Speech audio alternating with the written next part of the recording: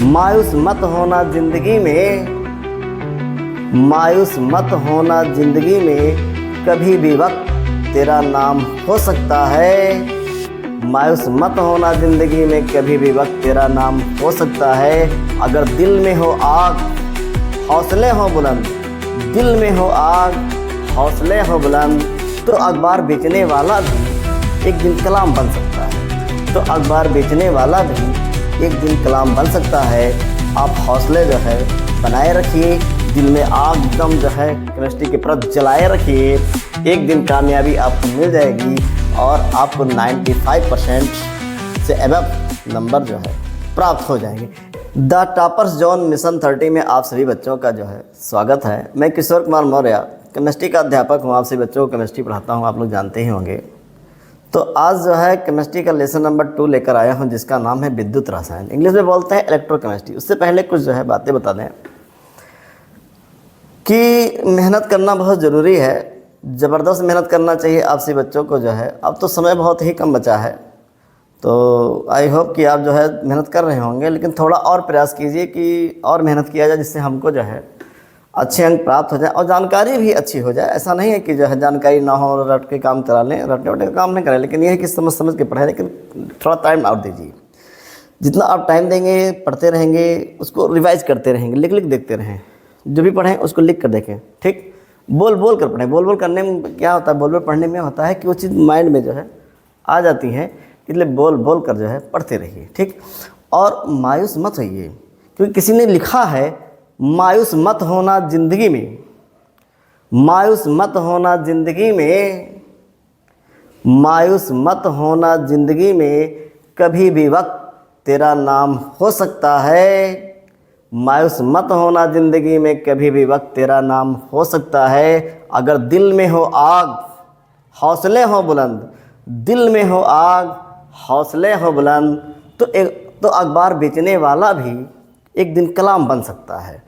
तो अखबार बेचने वाला भी एक दिन कलाम बन सकता है। आप हौसले जो है बनाए रखिए, दिल में आग एकदम जो है केमिस्ट्री की परत जलाए रखिए। एक दिन कामयाबी आपको मिल जाएगी और आपको 95% से अबव नंबर जो है प्राप्त हो जाएंगे। इन्हीं बातों के साथ अपना चैप्टर हम शुरू करते हैं केमिस्ट्री का, जो बहुत ही अच्छा चैप्टर है, जिसका नाम है विद्युत रसायन। इंग्लिश में बोलते हैं इसको इलेक्ट्रोकेमिस्ट्री। क्या बोलते हैं? इलेक्ट्रोकेमिस्ट्री, ठीक।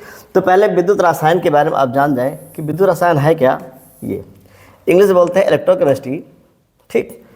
इलेक्ट्रोकेमिस्ट्री, आप सोचो केमिस्ट्री के अंदर इलेक्ट्रो हो गया है, तो हमको जानना है कि विद्युत रसायन क्या है इसके बारे में, ठीक। तो हेडिंग लगाइएगा विद्युत रसायन। विद्युत रसायन के बारे में आपको बता ही दें आज। विद्युत रसायन,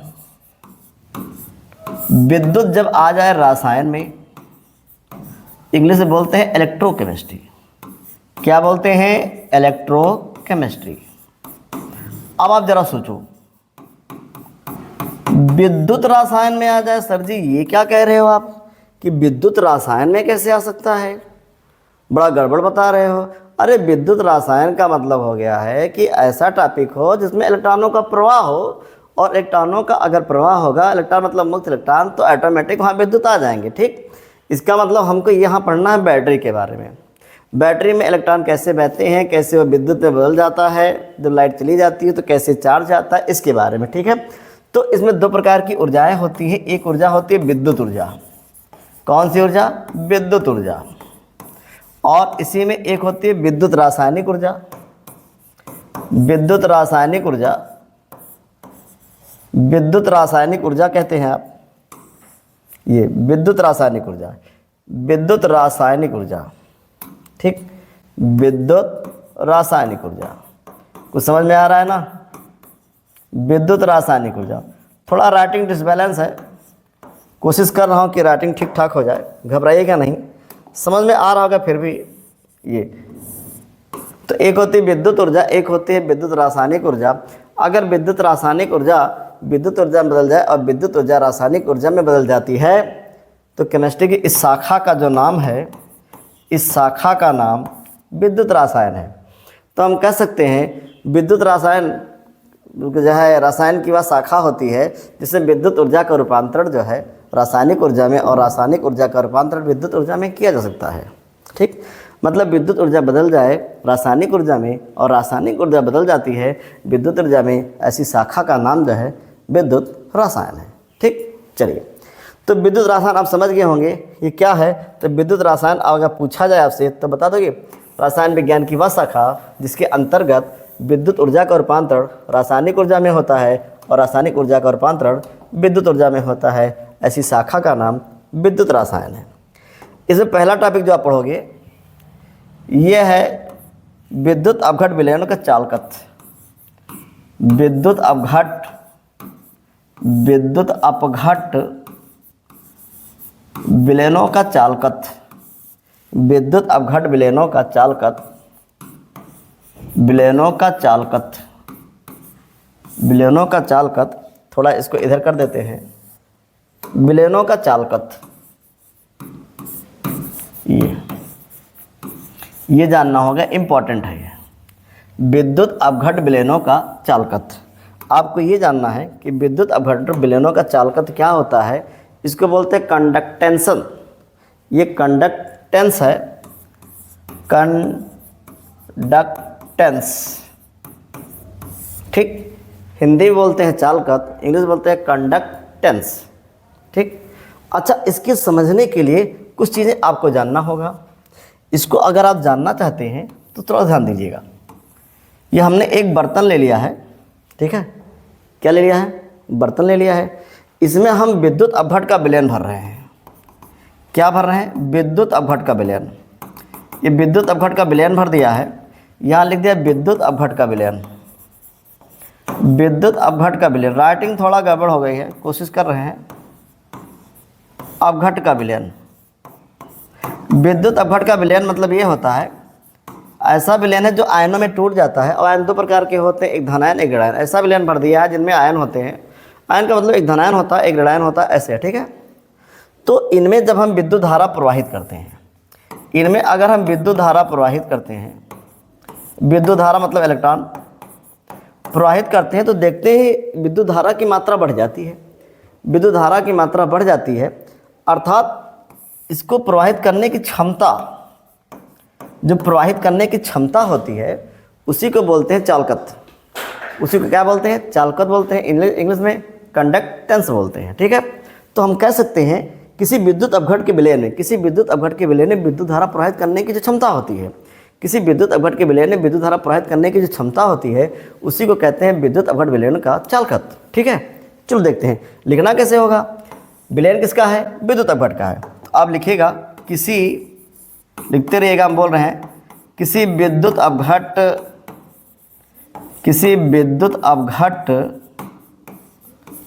किसी विद्युत अपघट के विलयन में, के विलयन में, के विलयन में विद्युत धारा, विद्युत धारा, धारा मतलब बहना, कौन बह रहा है, विद्युत, विद्युत मतलब इलेक्ट्रॉन, विद्युत धारा बहने या प्रवाहित होने की क्षमता। किसी विद्युत अपघट के विलयन में विद्युत धारा प्रवाहित होने, किसी विद्युत अपघट के विलयन में विद्युत धारा, विद्युत धारा प्रवाहित, प्रवाहित होने की क्षमता, प्रवाहित होने की जो क्षमता होती है, प्रवाहित होने की क्षमता को, प्रवाहित होने की क्षमता को विद्युत अपघट, प्रवाहित होने की क्षमता को विद्युत अपघट के विलयन की, विद्युत अपघट के विलयन की, के विलयन की चालकत कहते हैं, के विलयन की चालकत कहते हैं। लिखने में थोड़ा समय लगता है, लेकिन ये लिखो और बोल कर लिखो तो थोड़ा मज़ा आता है पढ़ाने में। चालकत कहते हैं, कहते हैं इसे कैपिटल सी या कैपिटल जी से प्रदर्शित करते हैं। सी से प्रदर्शित करो या कैपिटल जी से प्रदर्शित करते हैं, प्रदर्शित करते हैं। यह उत्पन्न प्रतिरोध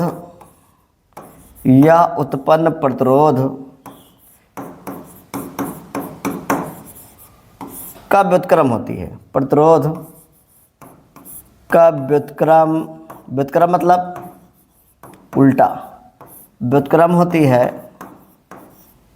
ठीक है, तो हम लिख सकते हैं C = 1/r। C = 1/r। अब पूछा जाए कि चालकत्व किसे कहते हैं? किसी विद्युत अपघट के विलयन में विद्युत धारा प्रवाहित होने की जो क्षमता होती है, कितना विद्युत धारा प्रवाहित कर रहे हैं उसकी क्षमता है, उसी को उस विद्युत अपघट विलयन की चालकत्व कहते हैं। इसे C या जिसे प्रदर्शित करते हैं या उत्पन्न प्रतिरोध का व्युत्क्रम होती है।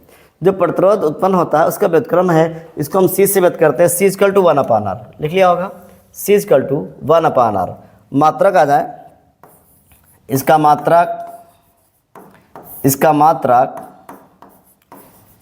मात्रक ओम इनवर्स, इसका मात्रक ओम इनवर्स, या इसको प्यार से महो कहते हैं। महो होती है। ठीक, इसका मात्रक ओम इनवर्स या महो होता है। ठीक, इसका जो मात्रक होता है ओम इनवर्स या महो होती है। ठीक, कोई दिक्कत, इसको नोट कर लीजिएगा। तो अगर पूछा जाए विद्युत अपघट के चालकत्व से आप क्या समझते हैं, तो बताइएगा आज ही समझा है मैंने। ठीक, आज ही समझ लिया है। क्या समझा है? जब किसी विद्युत अपघट के विलयन में विद्युत धारा प्रवाहित की जाती है तो विद्युत धारा प्रवाहित करने की क्षमता जो होती है, ठीक, विद्युत धारा प्रवाहित करने की क्षमता को ही उस विद्युत अपघट विलयन की क्या कहते हैं? चालकत्व कहते हैं। इसे C या G से व्यक्त करते हैं। C = 1/r होता है, R का मात्रक ओम होता है, ऊपर चला जाएगा ओम इनवर्स, से प्यार से महो कहते हैं। ठीक है, इसको प्यार से महो कहते हैं। कोई दिक्कत तो नहीं।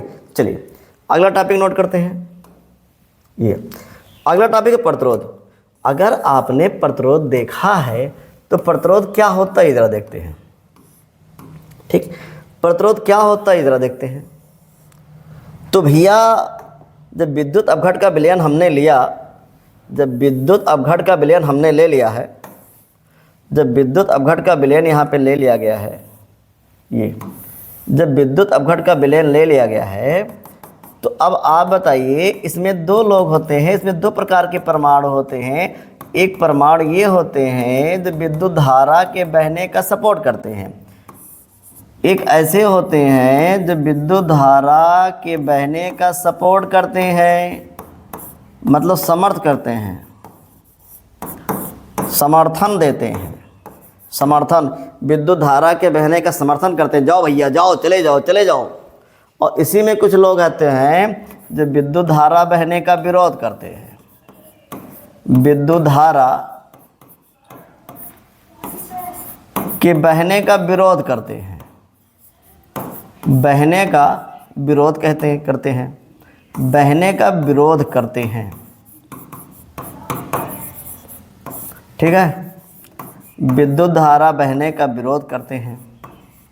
ये तो भैया जो सपोर्ट करता है, समर्थन करता है, उसे चालकत्व कहते हैं।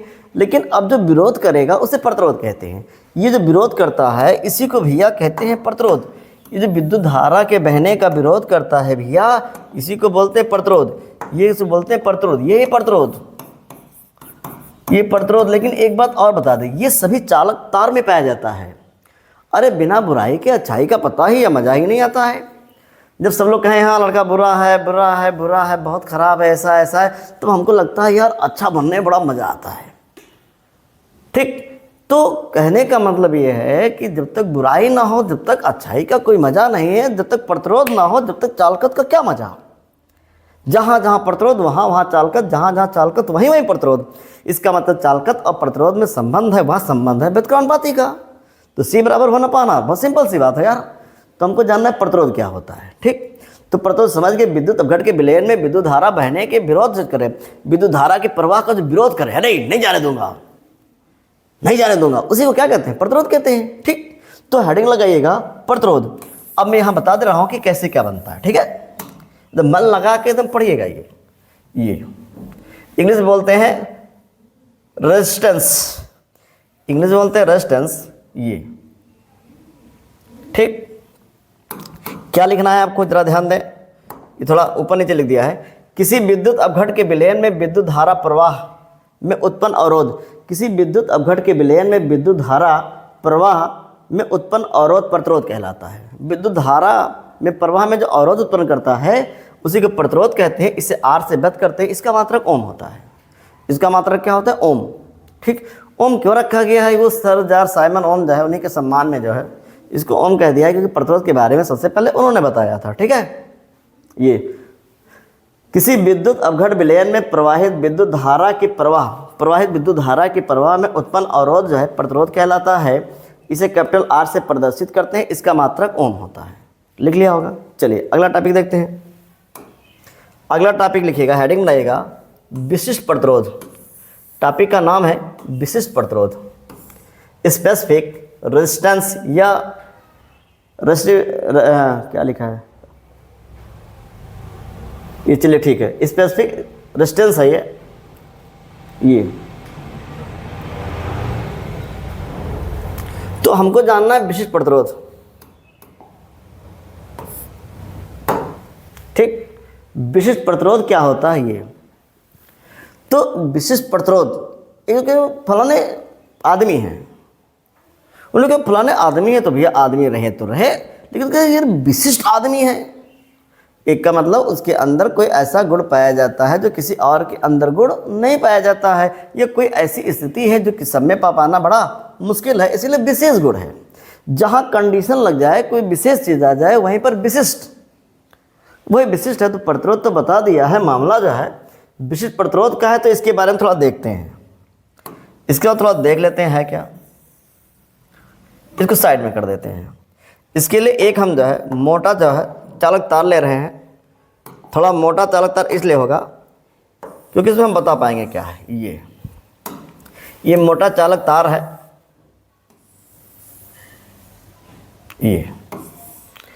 ये जो है इसको बोलते हैं अनप्रस्थ काठ। ये अनप्रस्थ काठ है। ये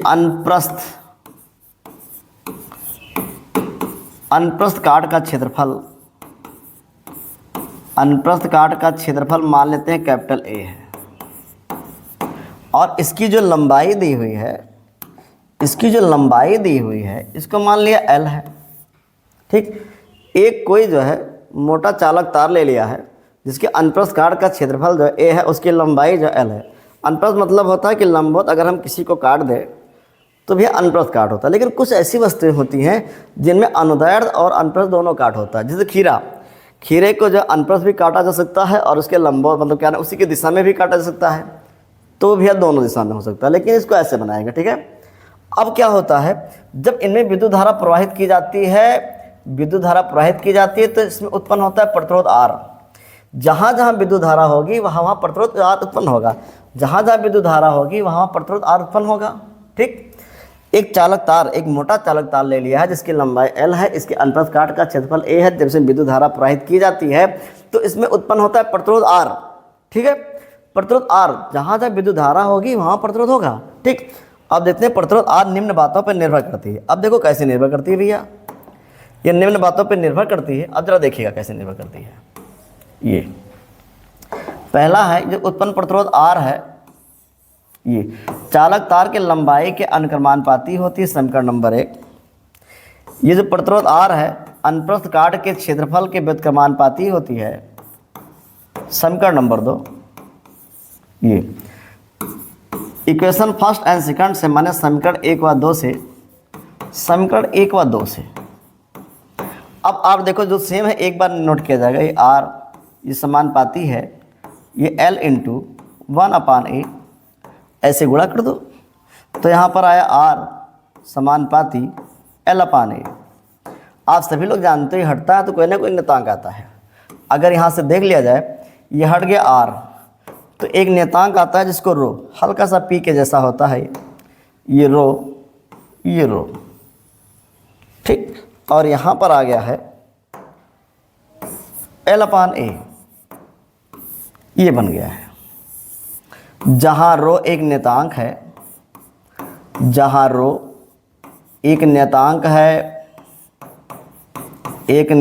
है, जिसे जिसे चालक तार जिसे चालक तार जिसे चालक तार जिसे चालक तार का विशिष्ट प्रतिरोध कहते हैं। जिसे चालक तार का विशिष्ट प्रतिरोध कहते हैं। अब भी समझ में नहीं आया कि विशिष्ट प्रतिरोध को हम लिखेंगे कैसे, तो भैया उसके बारे में हम बता दे रहे हैं। जिसे चालक तार का विशिष्ट प्रतिरोध कहते हैं। इतना नोट कर लो, फिर बताते हैं। ठीक,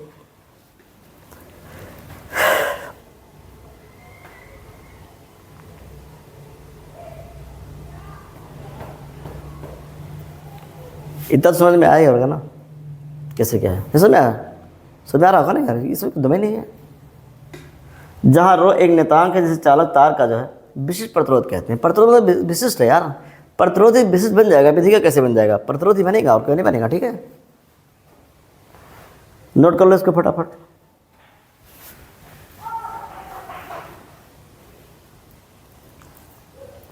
हो गया होगा,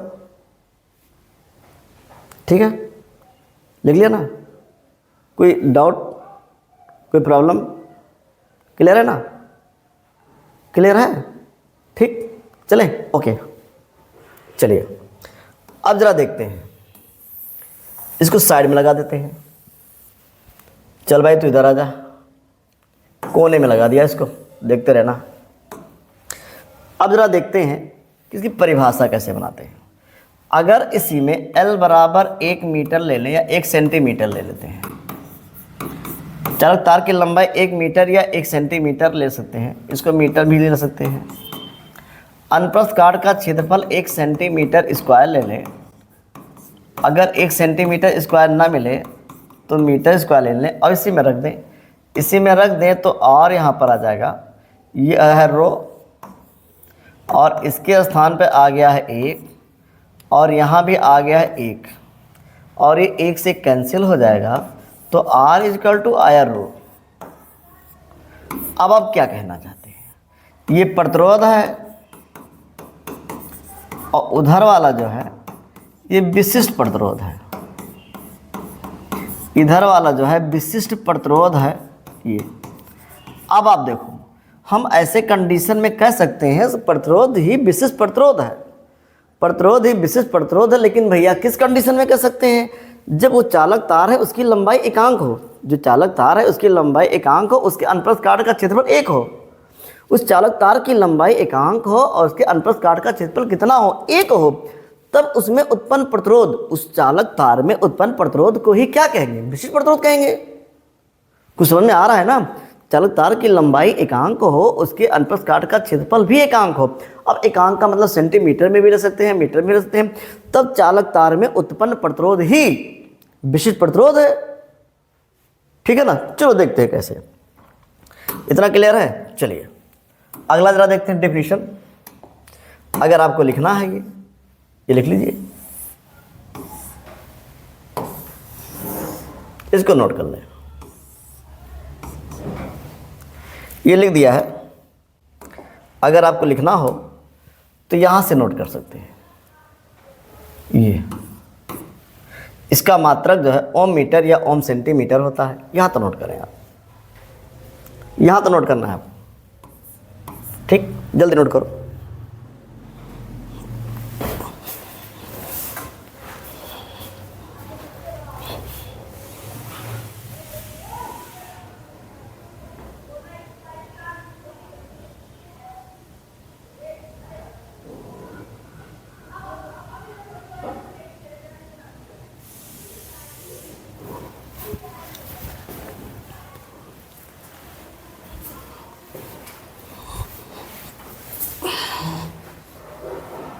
नोट कर लिया होगा। अगली हेडिंग है विशिष्ट चालकत या चालकता। विशिष्ट चालकत या चालकता इंग्लिश में कहते हैं स्पेसिफिक कंडक्टेंस या कंडक्टिविटी। कंडक्टिविटी है विशिष्ट चालकत या चालकता। इसके बारे में जरा देखते हैं। ये इसको साइड में कर देते हैं। चालकता देखते हैं। मामला आ गया है चालकता का, या इसका दूसरा नाम है विशिष्ट चालकत। साइड में कर देते हैं, विशिष्ट चालकत। अब आप सोचो, चालकत तो अभी पढ़ा है, फिर आ गया विशिष्ट चालकत। चालकत पढ़ा है, फिर आ गया विशिष्ट चालकत। विशिष्ट चालकत ये। अब मामला यहां से है, अब इसको जोड़ देते हैं। अब आपको ये जानना है कि विशिष्ट चालकत या चालकता क्या है, इसके बारे में। अब चाहे विशिष्ट चालकत कहो या इसका चालकता कहो, ठीक। अब आप जरा सोचो, जब हमने वहां निकाला था, एक आया था प्रतिरोध। जब प्रतिरोध आया तब आया चालकत। तब वहां पे लिखा था चालकत इज इक्वल टू 1/, प्रतिरोध, ये था।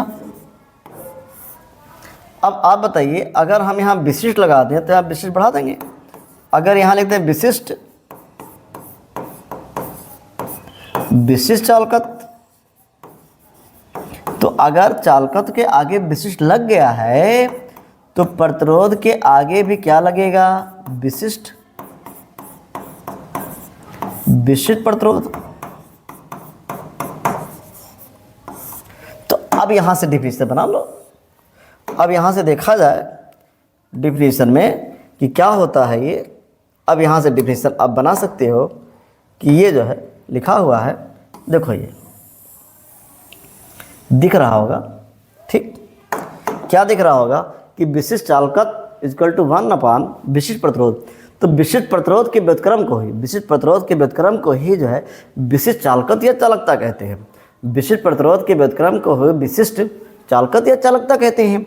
अब मामला आया इसका, इसको कापा से व्यक्त करते हैं। कापा थोड़ा ऐसे होगा, के जैसा होगा, इसका छोटा होगा ये। कापा इज इक्वल टू 1/ρ, इसको लिख दिया 1/ρ। कापा इज इक्वल टू 1/ρ, ठीक।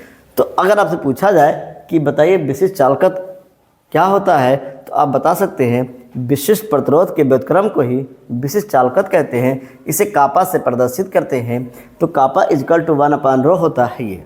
अब मात्रक देख लेते हैं, थोड़ा इसका और भी डेफिनेशन है, थोड़ा इसको और भी डेफिनेशन बता दें। ये अब जरा देखो, इसमें अगर हम एक कोई पात्र ले लेते हैं, ये ठीक, इधर की जो साइड है ये प्लेट है, इसको मान लिया है कि प्लेट है, और ये प्लेट है। दोनों प्लेटें समांतर हैं। ये जो दोनों प्लेटें हैं यहाँ से यहाँ तक, ये समांतर प्लेट है। ये समांतर प्लेट है, समांतर प्लेट है, ठीक। दो समांतर प्लेट ले लिया है, ये भी समांतर प्लेट है, समांतर प्लेट है।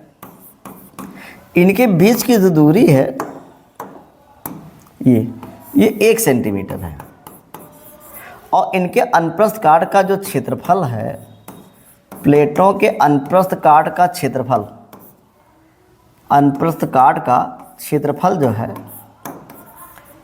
वह भी 1 सेंटीमीटर स्क्वायर है। तो भैया अभी जो पात्र बना है, ये जो बना हुआ है ये, अब आप बताइए जो बना हुआ है ये, इसके अंदर जो खाली स्थान होगा इसके आयतन के बराबर होगा। इसके अंदर जो खाली स्थान है वो आयतन के बराबर है। अब इसमें हम क्या करते हैं, इसमें अगर हम विद्युत अपघट का विलयन भर दें, इसमें अगर हम विद्युत अपघट का विलयन भर रहे हैं, ये विद्युत अपघट का विलयन भर रहे हैं इसमें।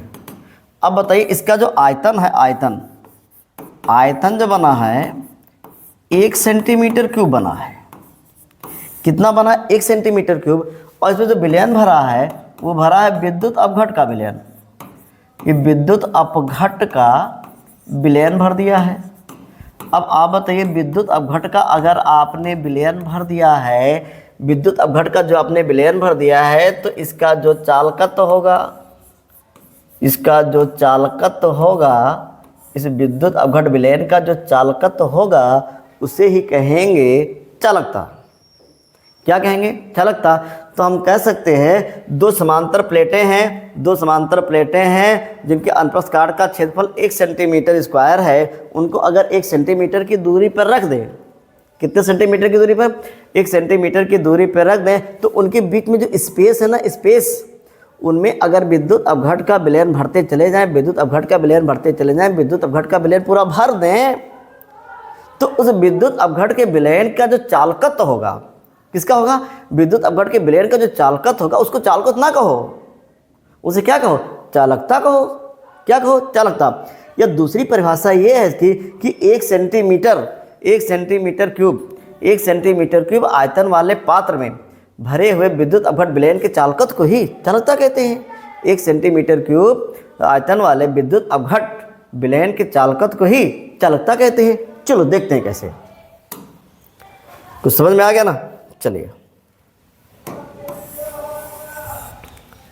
अब इसको अगर आप लिखना चाहें तो लिखने का तरीका हम बता दे रहे हैं आपको, समझा दिया है, दिमाग में आ गया होगा। अगर नहीं दिमाग में आया तो घबराने का नहीं, क्योंकि हर एक चीज़ सभी के लिए बनी नहीं है। कोशिश कीजिए, और कोशिश करने वालों की कभी हार नहीं होती है। ये चलिए देखते हैं। किसी चालक की विशिष्ट प्रतिरोध रो के व्युत्क्रम को चालक की विशिष्ट चालकत्व या चालकता कहते हैं। ठीक, इसे कापा से प्रदर्शित करते हैं। ये कापा है, कापा इजकल टू 1/1 रो, ये रो दिया हुआ है, कापा इजकल टू 1/रो। ठीक, चालकता कहलाती है, इसे कापा से प्रदर्शित करते हैं। आप लिख सकते हो कापा इजकल टू 1/रो। ठीक, किसी चालक के विशिष्ट प्रतिरोध रो के व्युत्क्रम को चालक की विशिष्ट चालकत्व या चालकता कहते हैं। ये कहते हैं, इसे कापा से प्रदर्शित करते हैं, कापा इजकल टू 1/रो होता है। अच्छा, अगला जरा डिफिनेशन देख लेते हैं इसका। अगर आप उसको नहीं लिखना चाहते हो तो ये नोट कर लो, ये जो है चालकत्व का ही है। ऊपर हेडिंग लिख दें, ये ऊपर हेडिंग लिख देते हैं। कैसा पेन आ गया यार। चालकता, ये चालकता का ही है। आप यहाँ से इसको ये ले सकते हो, ये, या आप इसको ले सकते हो। इसका जो मात्रक होता है ओम इनवर्स, सेंटीमीटर इनवर्स या साइमेंस इनवर्स होता है। ओम इनवर्स, सेंटीमीटर इनवर्स या साइमेंस इनवर्स होता है। ये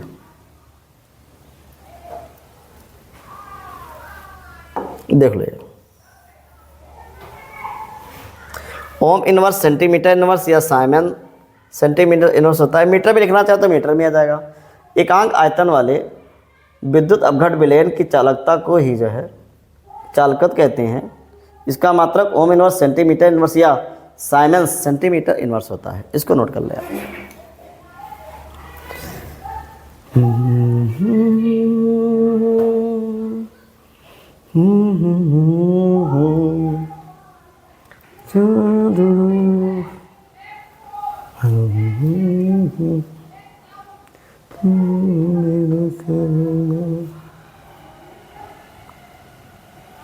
ठीक, नोट कर लिया होगा। चलिए, एक जरा और है, सेल स्थिरांक। हेडिंग बनाएगा सेल स्थिरांक, गजब की हेडिंग है, गजब की हेडिंग, सेल स्थिरांक। इंग्लिश में सेल कांस्टेंट, सेल स्थिरांक, सेल कांस्टेंट। ठीक, ये इसको ज़रा देखते हैं। पहले इसको समझ लेते हैं, लिखने का काम तो होता रहेगा। अगर हम कोई सेल बनाते हैं, कोई सेल अगर हम बना रहे हैं, ये कोई सेल बना रहे हैं, तो याद रखिएगा ये जो भाग है, ये हमने प्लेट लगा दिया है। ये जो है प्लेट ले लिया है, और एक प्लेट ये है,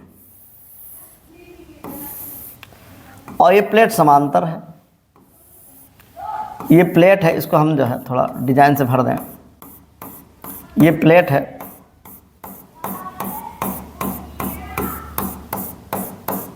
मान लो प्लेट है, और इधर ये प्लेट है। भाई माना तो जा ही सकता है। बता दो कितने प्लेट हैं। ये दो समांतर प्लेट है जिनके बीच की जो दूरी है ये L है। इनके बीच की दूरी L है और प्लेटों के अनुप्रस्थ काट का क्षेत्रफल, अनुप्रस्थ काट का क्षेत्रफल जो है, का क्षेत्रफल कैपिटल A है। तब क्या कहते हैं, सेल स्थिरांक। सेल स्थिरांक के बारे में देखा गया, या सेल नियतांक भी कहा जाता है, घबराइएगा नहीं। सेल स्थिरांक ये होता है, क्या होता है, L/A। ये अब बताओ तो L क्या है, समांतर इलेक्ट्रॉनों के बीच की दूरी। समांतर इलेक्ट्रॉनों के बीच की दूरी, और A क्या है, उनके अनुप्रस्थ काट का क्षेत्रफल। L है समांतर इलेक्ट्रॉनों के बीच की दूरी, और A है उनके अनुप्रस्थ काट का क्षेत्रफल। समांतर इलेक्ट्रॉनों के बीच की दूरी और क्या, उनके अनुप्रस्थ काट के क्षेत्रफल को ही, अनुपात को ही सेल स्थिरांक कहते हैं। समांतर इलेक्ट्रॉनों के बीच की दूरी और उनके अनुप्रस्थ काट के क्षेत्रफल के अनुपात को क्या कहते हैं, सेल स्थिरांक कहते हैं। और इसको यक्ष से प्रदर्शित करते हैं, इसको यक्ष से प्रदर्शित करते हैं। इसका मात्रक जो होता है सेंटीमीटर इनवर्स या मीटर इनवर्स होता है। चलिए अब आप देख लें, इसको नोट कर लें।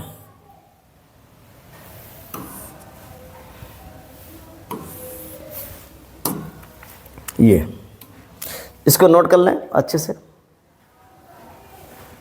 किसी सेल के दो समांतर, ये समांतर लिखा हुआ है, थोड़ा ठीक कर लीजिएगा, थोड़ा लिखावट में थोड़ी गड़बड़ी आ गई है।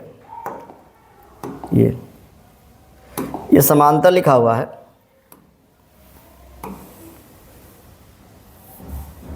ठीक। किसी सेल के दो समांतर इलेक्ट्रॉनों के बीच की दूरी तथा उनके अनुप्रस्थ काट के क्षेत्रफल के अनुपात को सेल स्थिरांक कहते हैं। इसे x से, ये कैपिटल X लिखा हुआ है, इसे x से प्रदर्शित करते हैं। इसे x से प्रदर्शित करते हैं।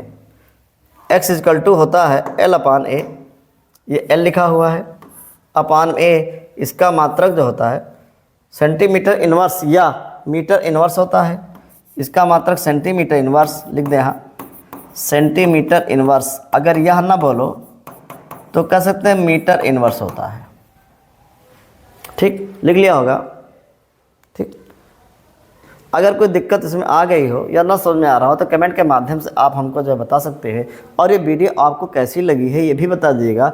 अगर अच्छी लगी हो तो बता दीजिएगा अच्छी लगी है भैया, और मान लो अगर नहीं अच्छी लगी हो तो बता देगा कि सर जो है थोड़ी अच्छी कम थी। ये भी इससे हम अगला आने वाला वीडियो जो है, इससे होगा कि हम जो अगला वीडियो बनाने वाले हैं थोड़ा इसमें उसको सुधार कर देंगे, क्योंकि हम सीख ही रहे हैं। हम ही क्या सीख रहे हैं, इंसान ज़िंदगी भर सीखता है और सीखते सीखते मर जाता है। तो सीखना के तो हर एक पल है, हमको सीखना तो हर एक पल है। तो आप बता दीजिएगा कि क्या नाम है, इसमें कोई त्रुटि अगर हो या क्या नाम कुछ छूट गया हो या जो है कुछ कम समय में आया हो तो कमेंट के माध्यम से बता दीजिएगा। और मान लीजिए आपको ये वीडियो समझ में आ रही हो और ठीक ठाक लग गई हो तो एक बार भैया लाइक और सब्सक्राइब कर दीजिएगा। तो हो सकता है कि थोड़ा जो है इससे और बेहतर हम लोग कोशिश करने की जो है, मतलब बेहतर बनाने की कोशिश करें, ठीक है।